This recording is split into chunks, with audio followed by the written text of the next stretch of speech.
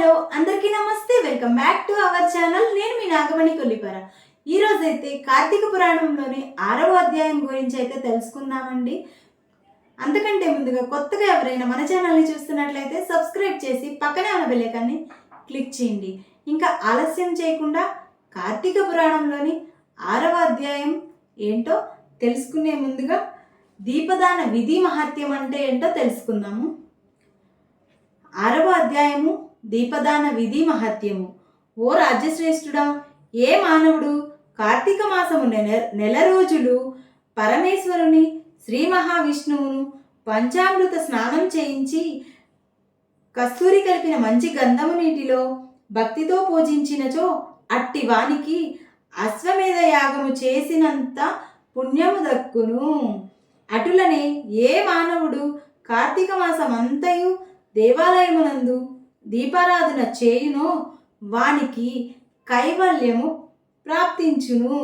దీపదానం చేయుట ఎటులైనా పైడపత్తి తానే స్వయముగా తీసి శుభ్రపరిచి వత్తులు చేయవలెను. వరిపిండితో కానీ గోధుమ పిండితో కానీ ప్రమిదవలే చేసి వత్తులు వేసి ఆవు నెయ్యి వేసి దీపం వెలిగించి ఆ ప్రమిదను బ్రాహ్మణునకు దానం ఇయ్యవలెను. శక్తి కొలది దక్షిణ కూడా ఇవ్వవలెను. ఈ ప్రకారముగా కార్తీక మాసమందు ప్రతి దినము చేసి ఆఖరి రోజున వెండితో ప్రమిదను చేయించి బంగారముతో ఒత్తిని చేయించి ఆవు నెయ్యి నిండుగా పోసి వెనుక చేసిన ప్రకారముగా గోధుమ పిండితో ప్రమిదను చేసి ఆవు నెయ్యి పోసి దీపం వెలిగించి ఈ నెల రోజులు దానము చేసిన బ్రాహ్మణులకే ఇది కూడా దానమిచ్చిన ఎడల సకల ఐశ్వర్యములు కలుగటయే కాక మోక్ష ప్రాప్తి కూడా కలుగును. దీపదానం చేయువారు ఇట్లు నచింపవలెను.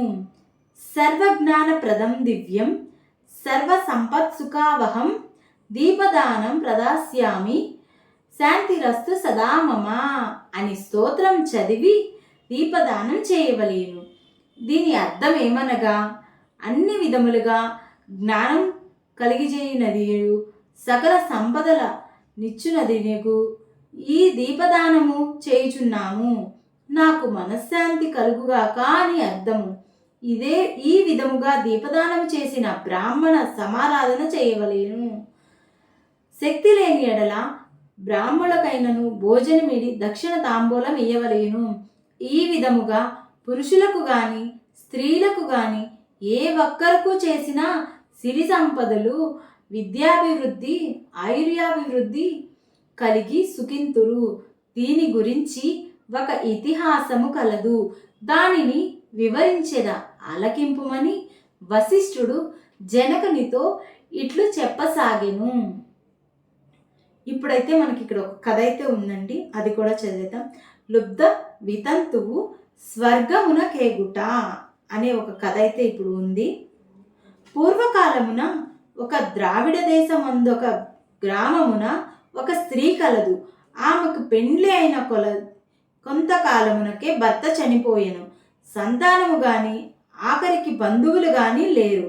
అందుచే ఆమె ఇతరుల ఇండ్లల్లో దాసీ పని చేయుచు అక్కడనే భుజించుచు ఒకవేళ వారి సంతోషం కొలది ఏమైనా వస్తువులు ఇచ్చిన ఎడల ఆ వస్తువులను ఇతరులకు హెచ్చు ధరకు అమ్ముకొనుచు, అంటే ఎక్కువ ధరకు అమ్ముకుంటుంది అంట. ఆ విధముగా తన వద్ద పోగైన సొమ్మును వడ్డీలకు ఇచ్చి మరింత డబ్బును కూడబెట్టుకొనుచు దొంగలించిన సొమ్మును తీసుకువచ్చి వస్తువులు తక్కువ ధరకు కొని ఇతరులకు ఎక్కువ ధరకు అమ్ముకొనుచు సొమ్ము కూడబెట్టుకొనుచు ఉండెను. ఆ స్త్రీ అనే ఆవిడ ఈ విధంగా దొంగిలించిన సొమ్మును కూడా తీసుకొని తక్కువ ధరకు కొని ఎక్కువ ధరకి అమ్ముకుంటుంది, అలాగే వడ్డీలకు కూడా ఇస్తుంది. ఈ విధంగా కూడబెట్టిన ధనమును వడ్డీలకు ఇస్తూ శ్రీమంతుల ఇండ్లలో దాసీ పనులు చేస్తూ తన మాటలతో వారిని మంచి చేసుకొని జీవించుచుండెను. ఎంత సంపాదించినా ఏమి ఒక్క దినమున కూడా ఉపవాసము గాని దేవుని మనసారా ధ్యానించుట కానీ చేసి ఎరుగదు. పైగా వ్రతములు చేసేవారిని చూసి, తీర్థయాత్రలకు వెళ్ళే వారిని చూసి అవహేళన చేసి ఏ ఒక్క భిక్షగాడికైనను పిడికెడు బియ్యము కూడా పెట్టక, తాను తినక ధనమును కూడబెట్టుచుండెది. అటులా కొంతకాలము జరిగెను. ఒక రోజున ఒక బ్రాహ్మణుడు శ్రీరంగంలోని శ్రీరంగ నాయకులకు సేవించుటకు బయలుదేరి మార్గమధ్యమున ఈ స్త్రీ ఉన్న గ్రామమునకు వచ్చి ఆ దినమున అక్కడొక సత్రములోకి మజిలీ చేసెను. అతడు ఆ గ్రామంలోకి మంచి చెడ్డలు తెలుసుకొని ఆ పిసినారి స్త్రీ సంగతి కూడా తెలుసుకొని ఆమె కడకు వెళ్ళి, అమ్మా, నా హితవచనము ఆలకింపుము. నీవు కోపము వచ్చినా సరే నేను చెప్పుచున్న మాటల్ని ఆలకింపుము. మన శరీరములు శాశ్వతము కాదు, నీటి బుడగల్లాంటివి.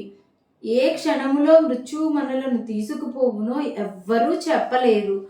పంచభూతములు సప్తధాతవులతో నిర్మించబడిన ఈ శరీరము ప్రాణము జీవము పోగానే చర్మము మాంసము కుళ్ళి దుర్వాసన కొట్టి అసహ్యముగా తయారగును.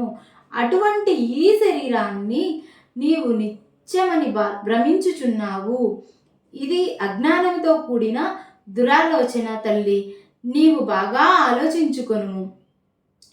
అగ్నిని చూచి మిడుతా దానిని తినేద్దామని భ్రమించి దగ్గరకు వెళ్ళి భస్మమగుచున్నది. అటులనే మానవుడు కూడా ఈ తనువు శాశ్వతమని నమ్మి అంధకారంలో పడి నశించుచున్నాడు.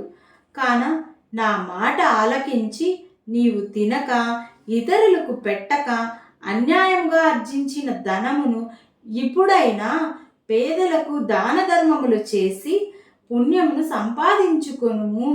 ప్రతిదినము శ్రీమన్నారాయణుని స్మరించి వ్రతాధికములు చేసి మోక్షము నందుము. నీ పాప పరిహార్థముగా వచ్చే కార్తీక మాసమంతయు ప్రాతకాలమున నదీ స్నానం ఆచరించి దాన ధర్మములు చేసి బ్రాహ్మణులకు భోజనము పెట్టినచో వచ్చే జన్మలో అయినా పుణ్యవతివై సకల సౌభాగ్యములు పొందగలవని ఉపదేశించెను. ఆ వితంతువురాలు ఆ బ్రాహ్మణుడు చెప్పిన మాటలకు తన్మయురాలై మనసు మార్చుకుని నాటి నుండి దాన ధర్మములు చేయుచు కార్తీక మాస వ్రతమాచరించుకొనుటకు జన్మరాహిత్యమై మోక్షము పొందెను. కావున కార్తీక మాస వ్రతములో అంత మహత్యం ఉన్నది. 6వ అధ్యాయము 6వ రోజు పారాయణము సమాప్తము. ఓం నమః శివాయ.